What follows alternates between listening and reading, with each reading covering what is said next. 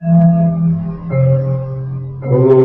परं तत्त्वाय नारायणाय गुरुभ्यो नमः। ॐ परं तत्त्वाय नारायणाय गुरुभ्यो नमः। आप सभी को जय गुरुदेव। मैं अपने परम पूज्य गुरुदेव डॉक्टर नारायण दत्त श्रीमाली जी परमहंस स्वामी निखिलेश्वरानंद जी के चरणों में बारंबार वंदना करते हुए उनसे सबके लिए आशीर्वाद की कामना करती हूँ। मैं गुरुदेव से प्रार्थना करती हूँ कि सभी के सर पर उनका वरद हस्त सदा ही बना रहे। आज गुरुदेव के जन्मदिवस के उपलक्ष्य में मैं सभी साधकों को, सभी शिष्यों को हृदय से गुरुदेव के जन्मदिवस की शुभकामनाएं देती हूं और गुरुदेव को बहुत बहुत बधाई उनके जन्मदिवस की। आज के इस कार्यक्रम में मैं गुरुदेव से प्रार्थना करूंगी कि वह इसमें उपस्थित रहें और जैसा कार्यक्रम वो बनवाना चाहते हैं वैसा ही हमसे बनवाएं। तो सबसे पहले मैं आज गुरुदेव को जन्मदिवस की शुभकामनाएं, बधाई प्रेषित करती हूँ। सुदिनं सुदिनं जन्मदिनं तव भवतु मंगलं जन्मदिनं। सुदिनं सुदिनं जन्मदिनं तव भवतु मंगलं जन्मदिनं। चिरंजीव कुरु पुण्यवर्धनं, चिरंजीव कुरु कीर्तिवर्धनं, चिरंजीव कुरु पुण्यवर्धनं, चिरंजीव कुरु कीर्तिवर्धनं। सुदिनं सुदिनं जन्मदिनं तव भवतु मंगलं जन्मदिनं। सुदिनं सुदिनं जन्मदिनं तव भवतु मंगलं जन्मदिनं। भवतु मंगलं जन्मदिनं, भवतु मंगलं जन्मदिनं। सद्गुरुदेव जैसे जागृत और चैतन्य व्यक्तित्व के जन्मोत्सव को मैं प्रेमोत्सव कहती हूँ और ये प्रेम का उत्सव भी है क्योंकि उन्होंने सभी को प्रेम ही प्रेम बांटा, सभी के दुखों को गले लगाया और अपनत्व और प्रेम उन्हें दिया। राजयोग दीक्षा के समय गुरुदेव ने कुछ पंक्तियाँ बोली थी, वही पंक्तियाँ हम आपको सुनवा रहे हैं। मुझे बांधने को जंजीर नहीं, प्यार की डोर चाहिए।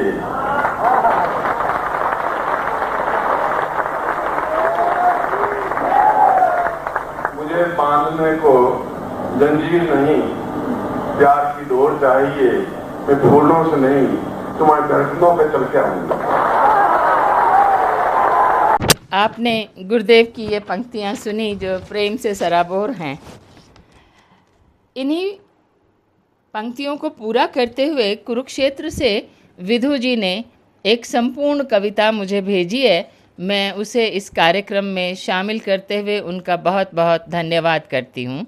और वैसे उनकी यह कविता प्राचीन मंत्र विज्ञान में प्रकाशित भी हो चुकी है। तुम प्यार से पुकारो तो सही, मैं धड़कनों पे चल के आऊँगा। तुम प्यार से पुकारो तो सही, मैं धड़कनों पे चल के आऊँगा। मैं तुम्हारी धड़कनों पे चल के आऊँगा और तुम्हारे दिल में समा जाऊँगा। दिल में जो समा जाऊँगा तो फिर कभी दूर नहीं जा पाऊँगा। स्थान की दूरी फिर मायने न रखेगी, स्थान की दूरी फिर मायने न रखेगी। तेरे मेरे बीच में प्रेम की डोरी जो रहेगी, तेरे मेरे बीच में प्रेम की डोरी जो रहेगी। दूर होकर भी मैं तुझे तेरे पास नज़र आऊँगा। दिल में जो समाऊँगा तो कहाँ मैं तुमसे अलग रह पाऊँगा। दिल में जो समा जाऊँगा तो कहाँ मैं तुमसे अलग रह पाऊँगा। तेरी हंसी में ही झलकेगी मेरी हंसी, तेरी हंसी में ही झलकेगी मेरी हंसी, तेरी आँखों में मेरी ही आँखों की होगी नमी। अलग होकर भी मैं अलग नहीं रह जाऊंगा, अलग होकर भी मैं अलग नहीं रह जाऊंगा। तेरे लबों पर होंगी मेरी कई बातें अनकही, तेरे लबों पर होंगी मेरी कई बातें अनकही। तेरे ही होठों से मैं अपने मन के गीत गाऊंगा। तुम प्यार से पुकारो तो सही, तुम प्यार से पुकारो तो सही, मैं धड़कनों पे चल के आऊँगा। फिर नहीं होगा कभी कि मैं कहीं और तू कहीं, फिर नहीं होगा कभी कि मैं कहीं और तू कहीं। तेरा और मेरा फिर एकाकार हो जाएगा। तुम प्यार से पुकारो तो सही, मैं धड़कनों पे चल के आऊँगा। तुम्हारे जीवन के मरुस्थल में मैं सुगंधित पुष्प खिलाऊंगा, तुम्हारे जीवन के मरुस्थल में मैं सुगंधित पुष्प खिलाऊंगा। फिर न होगे तुम उदास कभी, फिर न होगे तुम उदास कभी, क्योंकि तुम में मैं हर क्षण खिलखिलाऊंगा। तुम्हारे ही माध्यम से तो मैं खुद को व्यक्त कर पाऊंगा, तुम्हारे ही माध्यम से तो मैं खुद को व्यक्त कर पाऊंगा। तुम्हारे ही रूप में तो मैं जीवित ग्रंथ लिख पाऊंगा, तुम्हारे ही रूप में तो मैं जीवित ग्रंथ लिख पाऊंगा। तुम प्यार से पुकारो तो सही, मैं धड़कनों पे चल के आऊँगा। तुम प्यार से पुकारो तो सही, मैं धड़कनों पे चल के आऊँगा। तुम प्यार से पुकारो तो सही, मैं धड़कनों पे चल के आऊँगा। गुरु जन्मोत्सव तो प्रेमोत्सव ही है और सद्गुरुदेव ने हमेशा अपने जन्मदिन पर नायाब उपहार सभी शिष्यों को दिए हैं। कभी किसी दीक्षा के रूप में, कभी किसी प्रयोग के रूप में वो देते ही रहे हैं हमेशा। तो आज गुरुदेव के इस जन्मदिवस पर मैं चाहती हूँ कि हम भी उन्हें कुछ उपहार दें। और कैसा उपहार? उन्हें किसी चीज़ की तो ज़रूरत ही नहीं, उन्हें तो शिष्यों के समर्पण की ही ज़रूरत है, वही आवश्यकता है उनकी। इसलिए मैंने निखिलेश्वरानंद स्तवन को बहुत गहराई से पढ़ा और उसके एक एक श्लोक पर मनन किया। ये भी गुरुदेव की प्रेरणा ही थी, उनकी क्रिया ही थी। और ये कार्य के लिए उन्होंने मुझे किस तरह से प्रेरित किया, ये मैं अगले कार्यक्रम में ज़रूर बात करूँगी, नहीं तो बहुत लंबा हो जाएगा कार्यक्रम। तो निखिलेश्वरानंद स्तवन बीजाक्षरी गुरुदेव ने तैयार करवाई।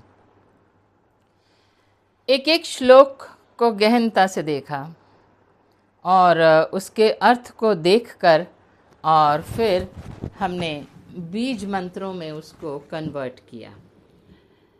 अब बीज मंत्रों में कन्वर्ट करने के लिए श्लोक के अर्थ को बार बार समझा।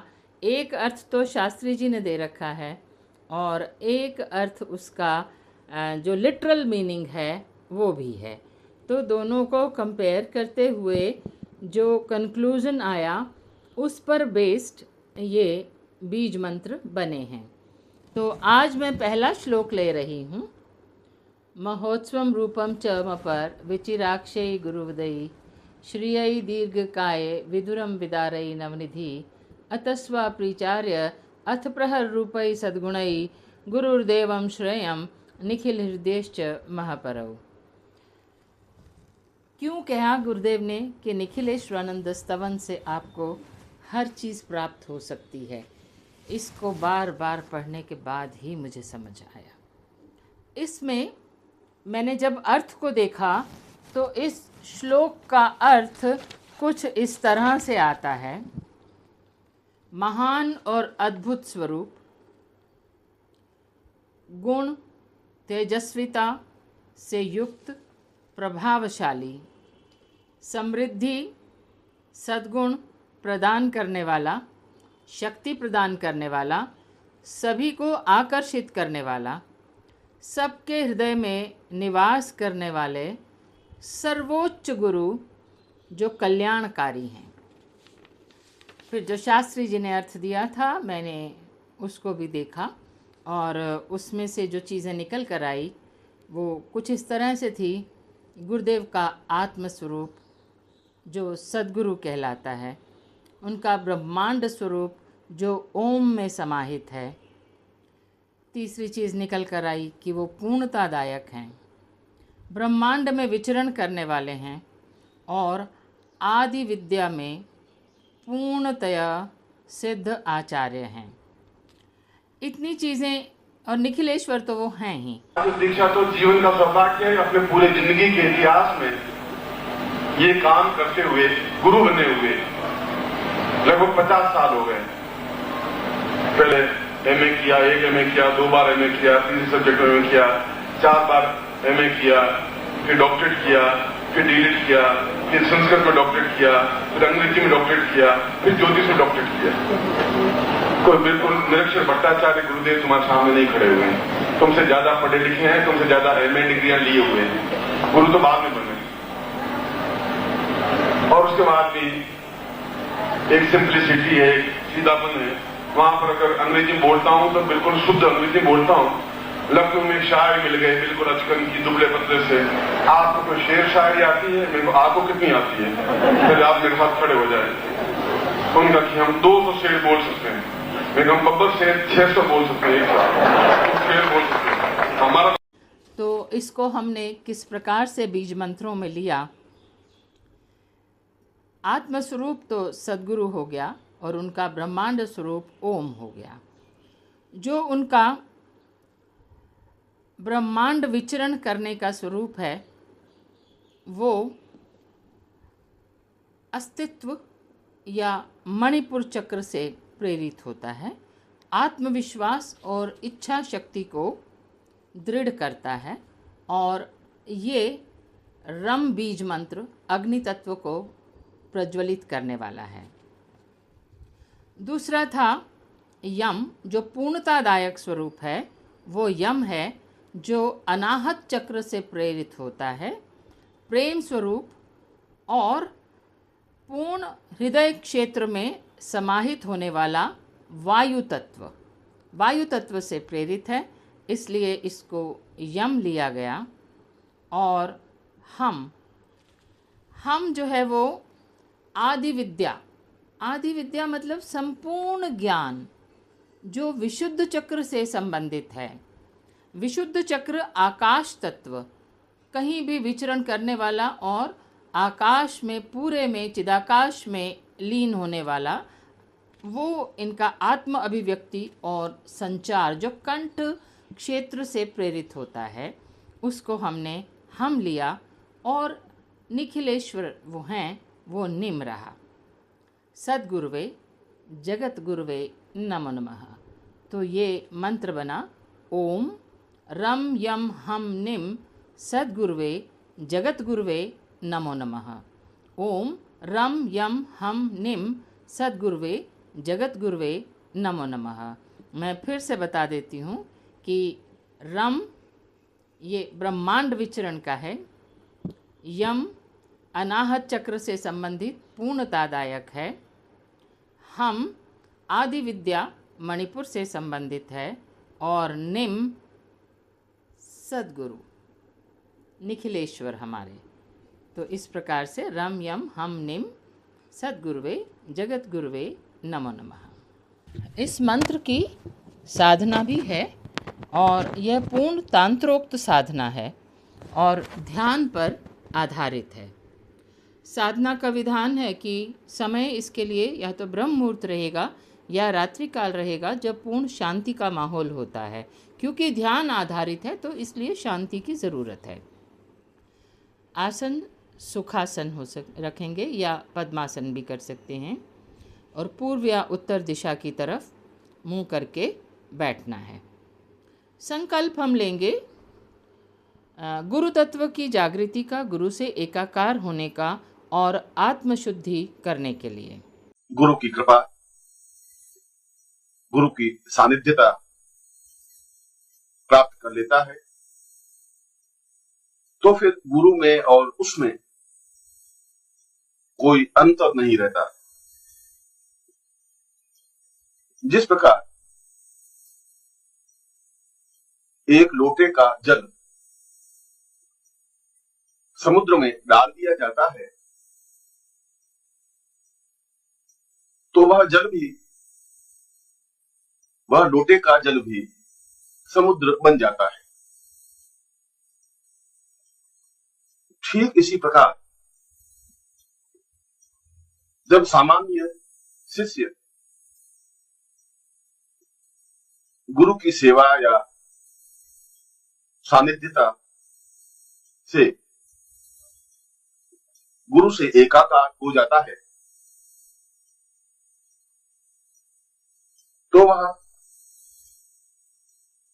पूर्ण गुरुमय बन जाता है और इस गुरुमय बनने की क्रिया को ही सिद्धि कहा जाता है। इसीलिए शास्त्री जी ने बार बार कहा कि स्तवन का पाठ करने से स्वतः ही कुंडलिनी जागृत होने लगती है, क्योंकि इसके अधिकांश श्लोकों में कुंडलिनी जागरण ही दिया हुआ है, उसी पर उनका इफ़ेक्ट आता है। तो साधना को शुरू करने से पहले 3 बार आचमन करेंगे, वो सभी को पता है। फिर प्राण शुद्धि करेंगे, उसके लिए 3 बार ओम की ध्वनि करनी है और फिर 5 से 7 बार अनुलोम विलोम प्राणायाम करना है। विनियोग। दाहिने हाथ में जल लेकर बोलें, अस्य मंत्रस्य निखिलेश्वरानंद ऋषि अनुष्टुप छंदः सद्गुरु देवता रम यम हम बीजानि गुरु कृपा शक्ति श्रद्धा कीलकम गुरु तत्व प्राप्त्यर्थे जपे विनियोगः। और जल को भूमि पर छोड़ दें। उसके बाद हम ऋष्यादि न्यास करेंगे। ऋष्यादि न्यास के लिए हम दाहिने हाथ से जिस जिस अंग का नाम लेंगे उसको स्पर्श करेंगे। निखिलेश्वरानंद ऋषिये नमः मस्तक, अनुष्टुप छंदसे नमः मुख, सद्गुरु देवतायै नमः हृदय, रम यम हम निम बीजाय नमः नाभि, गुरु कृपा शक्तये नमः दोनों कंधे, श्रद्धा कीलकाय नमः पूरे शरीर को स्पर्श करना है। फिर कर न्यास करेंगे। दोनों हाथों की हथेलियों पर हम मानसिक रूप से स्पर्श करेंगे। अंगूठा ओम, तर्जनी रम, मध्यमा यम, अनामिका हम, कनिष्ठिका निम और फिर दोनों हथेलियों को हृदय पर स्पर्श करेंगे। अंगन्यास करेंगे। शरीर के अंगों को स्पर्श करना है। रम का उच्चारण करते समय नाभि को स्पर्श करें, यम का उच्चारण करते समय हृदय को, हम का उच्चारण करते समय कंठ को और निम का उच्चारण करते समय आज्ञा चक्र को स्पर्श करें। सद्गुरुवे जगत गुरुवे नमः ये बोलते समय पूरे शरीर को स्पर्श करें। इसके बाद आंतरिक चक्र न्यास होगा। आंतरिक चक्र न्यास में अंदर महसूस करना है कि ऊर्जा नीचे से ऊपर की तरफ उठ रही है। इसमें नाभि पर हम रम बीज मंत्र का उच्चारण करेंगे अग्नि तत्व जागरण के लिए और पीले रंग का ध्यान करेंगे। हृदय पर वायु विस्तार के लिए यम बीज मंत्र का उच्चारण और हरे रंग का ध्यान। कंठ पर आकाश तत्व की शुद्धि के लिए हम बीज मंत्र का उच्चारण करेंगे और नीले रंग का ध्यान करेंगे। आज्ञा चक्र पर निम बीज मंत्र का उच्चारण करते हुए गुरु तत्व का तथा ज्ञान प्राप्ति के लिए ध्यान करेंगे बैंगनी या सफ़ेद रंग का। हर केंद्र पर किस प्रकार से करना है, हर केंद्र पर हम श्वास को अंदर खींचेंगे और 5 से 7 बार इस बीज मंत्र का उच्चारण करते हुए उनसे संबंधित रंगों का, उनका जो प्रकाश है उसका ध्यान करेंगे। फिर हम ध्यान श्लोक बोलेंगे। ध्यान मूलम गुरुमूर्ति, पूजा मूलम गुरुपदम, मंत्र मूलम गुरुर्वाक्यम, मोक्ष मूलम गुरु कृपा। इसके बाद हम जो मुख्य मंत्र है ओम रम यम हम निम सद्गुरुवे जगत गुरुवे नमो नमः, इसका उच्चारण करेंगे। ओम रम यम हम निम सद्गुरुवे जगत गुरुवे नमो नमः। और हम ये महसूस करेंगे कि ऊर्जा नाभि से आज्ञा चक्र तक ऊपर की तरफ उठती चली जा रही है। 5 माला मंत्र जाप करना है। जिस माला से हम गुरु मंत्र का जाप करते हैं उसी माला का उपयोग किया जा सकता है। यदि गुरु यंत्र है तो बहुत अच्छी बात है, नहीं है तो कोई परेशानी नहीं है। गुरु जी का चित्र सामने रखना है और किसी सामग्री की इसमें आवश्यकता नहीं है, क्योंकि ये आंतरिक साधना है। और इसके बाद जब हमारा ये 5 माला मंत्र जाप पूरा हो जाए, इसको 40 दिन तक कंटिन्यू करना है। तो ये नहीं है कि हम आरती संपन्न करके उठ गए, नहीं, उसके बाद कम से कम 5 मिनट तक हम आंख बंद करके आज्ञा चक्र पर ध्यान लगाकर वहीं बैठे रहें, जिससे जो अभी हमने मंत्रोच्चारण किया है उससे जो हमारे अंदर कंपन हुआ है, जो वाइब्रेशंस हुई हैं, उनको हम आत्मसात कर सकें, वो हमारे अंदर ही समाहित हो सकें और जो हमको उससे लाभ प्राप्त होना है वो हो सके। ये एक एक अणु को, एक एक सेल को अंदर खोलने की, जागृत करने की क्रिया है। ब्रह्म का मतलब है कि जहां हम ब्रह्म की खोज कर रहे हैं, और हम क्यों खोज कर रहे हैं, कुंडली जागरण से क्या हो जाएगा, आवश्यकता क्या है जीवन में। इसलिए आवश्यकता है कि हम अपने जीवन में अनंत संभावनाएं, ये जीवन इतना सा नहीं है कि आप एक नौकरी करें और 4 बच्चों का पालन पोषण करें, इतना ही जीवन नहीं है। यह तो जीवन का बहुत छोटा और तुच्छ कार्य है। इसके अलावा भी जीवन में हजारों और लाखों इतने अद्भुत और आश्चर्यजनक कार्य है कि जिसके माध्यम से उन कार्यों को आप संपन्न कर सकते हैं। इस शरीर में वो संभावनाएं हैं कि 7 समुद्र को फलांग करके हनुमान उस स्थान पर जा सकते हैं, और इस शरीर में वही संभावना है कि वो बहुत छोटा रूप धारण करके और यात्रा कर सकता है, और इस शरीर में ही वह संभावना है कि भीम जैसा महान व्यक्तित्व, ताकतवान, क्षमतावान व्यक्तित्व बन सकता है, और इसी शरीर में वह क्षमता है कि कृष्ण जैसा महान उद्भट विद्वान बन सकता है, क्योंकि उन्होंने उस सत्य की यात्रा करने की कोशिश की। आपने कोशिश नहीं की, इसलिए कोशिश नहीं की कि आपको ज्ञान नहीं था, चेतना नहीं थी, आपको विचार करने की क्रिया नहीं थी। इसलिए जब तक हम अपने जीवन को समझने के लिए कुंडलिनी को समझना ही पड़ेगा, और यदि आप जीवन नहीं समझते हैं तो फिर जीवन का कोई मकसद नहीं है। इसके बाद हम गुरु आरती संपन्न करें और स्थान को छोड़ दें। गुरु को आप जो भी भोग लगाना चाहें लगा सकते हैं। इसके साथ ही यह साधना संपन्न होती है। मैं गुरुदेव से प्रार्थना करती हूँ कि सभी को इसका लाभ प्राप्त हो, और जैसा भी जो कुंडलिनी जागरण के लिए अपना मार्ग बनाना चाहते हैं उनका मार्ग बने, प्रशस्त हो। मैं एक बार फिर सद्गुरुदेव को उनके जन्मदिवस की इस प्रेमोत्सव की बहुत बहुत बहुत बधाई देती हूँ, और मैं ये कामना करती हूँ कि उनके सभी शिष्य गुरु कार्य करने में संलग्न हो जाएं। मैं आपको आशीर्वाद देता हूँ कि आप कल्याण हो, शुभ हो, श्रेष्ठ हो, अद्वितीय बने और निखर करके एक युग पुरुष बन करके बाहर निकलें, ऐसा ही मैं आपको आशीर्वाद देता हूँ, कल्याण कामना करता हूँ। इसके साथ ही सभी को जय गुरुदेव।